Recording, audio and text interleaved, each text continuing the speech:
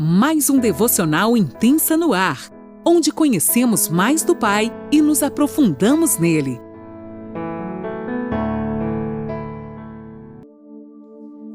Bom dia! Mais um dia se inicia e eu, Lani Nola, falo com você de Criciúma, Santa Catarina.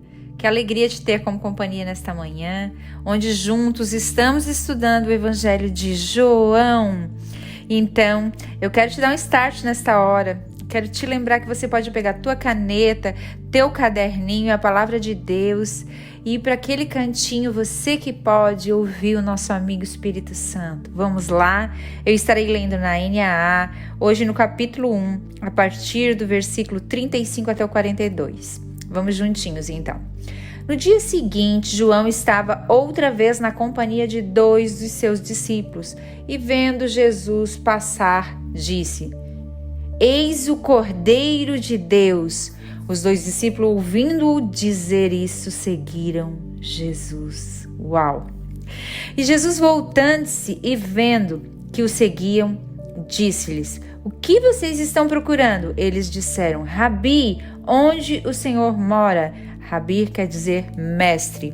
Jesus respondeu: Venham ver.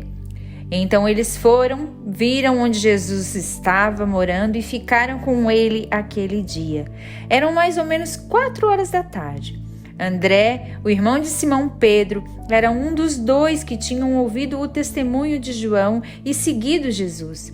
Ele encontrou primeiro o seu próprio irmão, Simão, a quem disse: Achamos o Messias. Messias, que quer dizer Cristo, e o levou a Jesus. Jesus olhou para ele: Você é Simão, filho de João, mas agora será chamado Cefas. Cefas quer dizer Pedro.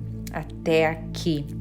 Uau! A gente pode dar um título, né, que a própria Bíblia já traz, a NAA que trouxe esse título: Os Primeiros Discípulos. Esses versículos, né, gente, eles começam contando a trajetória de alguém que abre o caminho para o nosso amado Mestre. Vocês sabem que João Batista, como nós temos aprendido até agora e em todo o decorrer do que fala dele, a gente sempre vai lembrar que ele abria o caminho para o Mestre. João Batista estava caminhando com 2 de seus discípulos, quando de repente Jesus passa. Vocês imaginam a cena? Estou caminhando na estrada com 2 pessoas que eu estou ensinando a respeito de Jesus e de repente eu vejo o próprio Jesus passando. Uau, isso acende dentro de mim algo não dá para explicar, né, gente? E ele nem piscou, eu penso, né?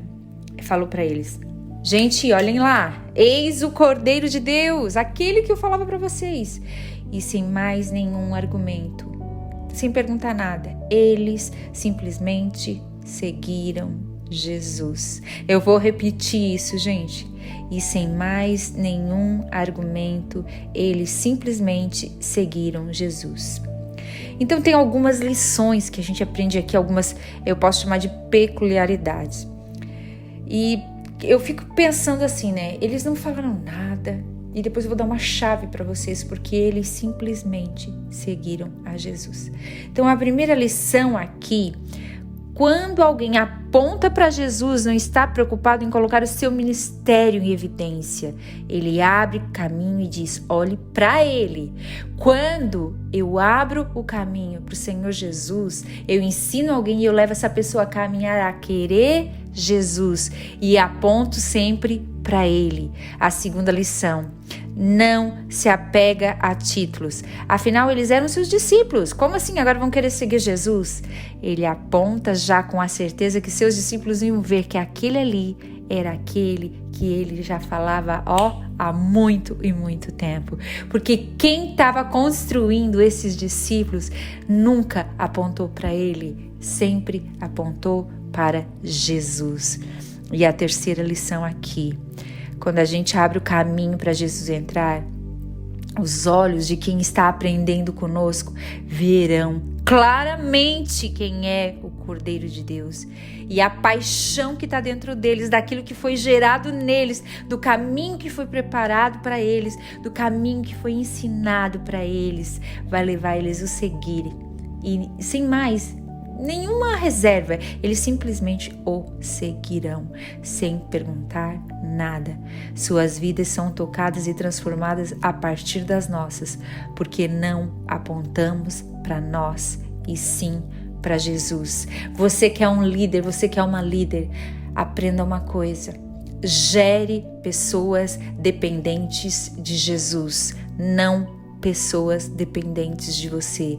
Gere pessoas que vão pedir sua ajuda, sua oração, sim, natural, né? Isso é normal, mas ela tem que ser totalmente dependente de Jesus. O nosso papel é este: levar as pessoas até o Cordeiro e dizer: Eis aqui o Cordeiro de Deus, sigam. O interessante é que os dois perguntaram: onde o Senhor mora? Eu fico pensando, né? Como numa ânsia de estar perto dele. Além de só te seguir, a gente quer mais, sabe? A gente não quer só te seguir, a gente quer saber onde é que tu mora, porque afinal de contas eu quero ter relacionamento com o Senhor Jesus. Queremos morar bem pertinho de você. Nos leva junto, onde é que você mora? Então Jesus mostrou para eles onde ele estava naqueles dias e eles ficaram ali com ele. Então nosso lindo e amado Jesus, com todo esse amor, disse assim: venham ver. E eles começam ali o relacionamento com Jesus. Ficaram onde ele estava morando por aqueles dias. Quando a gente conhece Jesus de perto, a gente sente o cheiro dele, nada mais nos para. André, que era um dos dois, né, discípulos de João, saiu logo dali e queria dar boa notícia. O primeiro que ele falou foi o seu irmão Pedro. E olha o que ele falou: meu irmão, você não vai acreditar, eu imaginava que ele era diferente, eu imagino ele falando um monte de coisa, mas olha só, a gente encontrou, tô aqui passando mal. Eu imagino ele esbaforido, né? Porque a gente é assim, principalmente nós mulheres, ali na ânsia de querer contar: olha, a gente viu Jesus e encontramos aquele que João Batista falava. A gente encontrou o Messias. Lembra? Se liga. Então o primeiro que ele falou foi para o seu irmão. E logo ele pegou e levou Pedro, né? Então até Jesus.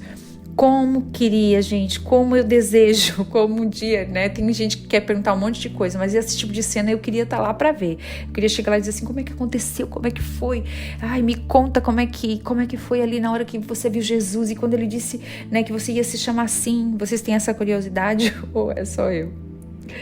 Eu imagino Pedro cheio de marra chegando lá para ver Jesus, e Jesus já começa trocando seu nome e lhe dando uma nova identidade nele. A identidade de Pedro estava em Jesus. A identidade de Pedro não estava em nenhum lugar. A identidade de Pedro estava em Jesus. Primeiro, Jesus, de cara assim, já libera uma palavra de conhecimento. Eu creio que isso já mexeu, né, o coração de Pedro. Jesus primeiro já diz quem ele é. E eu acredito que deve ter passado 1000 coisas na mente de Pedro. E depois disso, Jesus pega e profetiza: você será chamado Pedro. Tudo a ver com a posição que Pedro se tornaria. Ali naquele momento, Pedro não era Pedro ainda, mas Jesus já estava o quê? Profetizando. Jesus estava falando para Pedro assim: olha, você é esse aqui, ó, que está dentro de mim, a tua identidade é essa, não é essa que você vive, não é essa que você está vivendo hoje. Realmente quem você é aquilo que está dentro de mim. E o Senhor fala para mim e para você nesta manhã: quem você é está dentro de mim. Por isso tome posse da sua identidade que está dentro do Senhor Jesus, não daquilo que as pessoas falam, do que você acha, ou de repente até de um trauma que você tem. A nossa identidade está totalmente em Jesus. Quando a gente encontra Jesus, ele nos revela nossa verdadeira identidade. E o que mais buscamos é a nossa identidade, não é mesmo? A gente passa desde pequeno querendo saber quem nós somos. Uma coisa que eu sempre lembro que quando eu era criança eu cismava que eu não fazia parte daquela família, da minha família, né? Então eu procurava documentos. Eu lembro que a mãe saía, eu ia lá nas caixas, que ela guardava documento em caixa, e procurava e dizia: tem alguma coisa, eu fui adotado. Então tem essa ânsia da nossa identidade dentro de nós, né? E eu descobri isso quando eu encontrei Jesus, que a minha identidade estava nele. não estava em nenhum lugar. Independente da família onde nós fomos criados, a nossa identidade está nele. A nossa verdadeira identidade só encontra em Jesus. A nossa verdadeira identidade está nele. Nós simplesmente o seguimos, nós simplesmente vamos com ele, porque nós sabemos que a nossa verdadeira identidade está nele. Amanhã a gente vai saber mais um pouquinho disso, mas por que esses judeus, Lani, por que eles queriam tanto, eles simplesmente seguiam Jesus sem muito argumentos? Amanhã eu conto para vocês, tá bom? Deus abençoe e até o próximo devocional.